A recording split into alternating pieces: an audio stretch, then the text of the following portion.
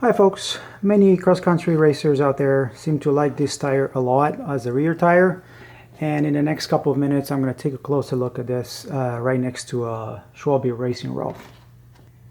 What we have here is the Thunder Burt 29er, as you can see right here. Snakeskin, Tubeless Ready. It's supposed to be 575 grams, which is about 70 grams lighter than the Racing Ralph, and this is coming in PaceStar compound. They also have the light skin in 2.1, I believe. This is a 2.25. Very low profile knobs in the middle, and they kept this sizable cornering knobs, so I hope the cornering is still half decent with a very fast rolling center like you see it here. As you can see, it's 540 grams. It's supposed to be 575 grams. I only have one, so I can't really talk about sample variation. My Racing Ralphs are, one is 630 and one is 680 grams. So by using this in the rear, you can save probably close to 100 grams. I'm going to install this in a 23 millimeter internal width rim. You can see here 2365, and the height of this rim is 18.3 millimeter. This is snakeskin sidewall, and it feels a bit plasticky, pretty much like a Continental protection, but maybe not as thick. You can see the three thumbnails here: Evolution Series, Tubeless Ready, and triple compound rubber used here. On the opposite side, you get here a bit more information about the tire. You get rotation. This is directional thread pattern, and of course made by Schwalbe.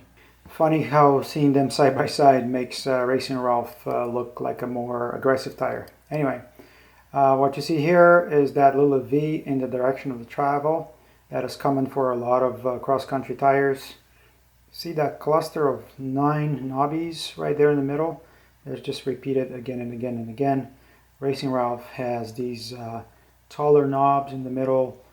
Cornering knobs are nice and tall, very similar to these smaller ones on the Racing Ralph. However, they are not as many, because you can see they kind of skip one when they have the tiny knobs extending all the way to the edge of the thread. Tire went on the rim very easily. I hope it's not going to be a nightmare to set up tubeless. And I measured the Racing Ralph earlier, and I can tell you that the casing is the same.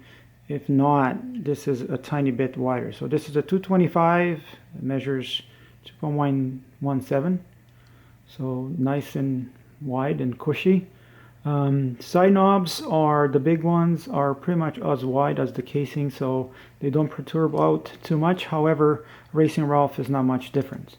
When it comes to the height of the knobs, cornering knobs, the side ones 3.8, they're decent height.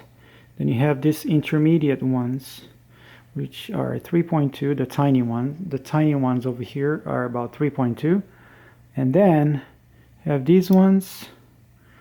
These are about half that, so 1.7 millimeters. Is as tall as the Racing Ralph. I just measured that one to be about 67 and something. Here is 67.7. So the casing of the two tires is identical. A very interesting tire. I'm gonna use it in the rear. I wouldn't use this up front. I wouldn't trust it enough. But for dry, hard pack conditions, I think this can be very, very fast. I hope you guys found this useful, and I gave you some ideas of other tires to use. Have any questions, let me know below, and I will see you next time. Thanks.